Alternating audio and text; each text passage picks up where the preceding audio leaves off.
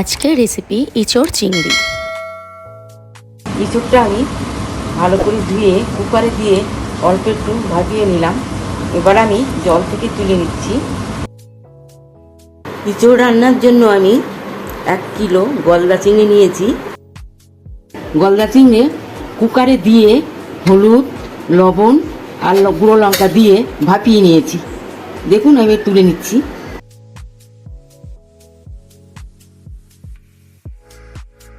তেজপাতা,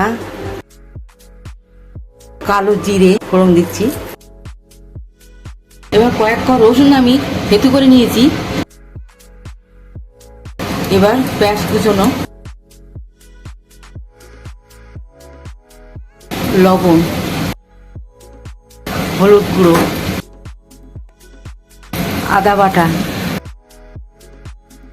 ধনিয়া পাউডার,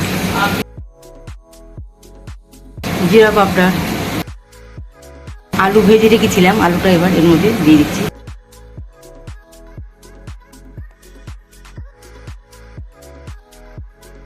এবার কাশ্মীর লঙ্কার গুঁড়ো।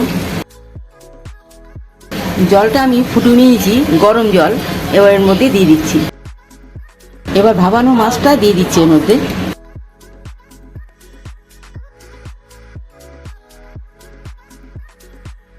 এবার 1 চামচ ঘি,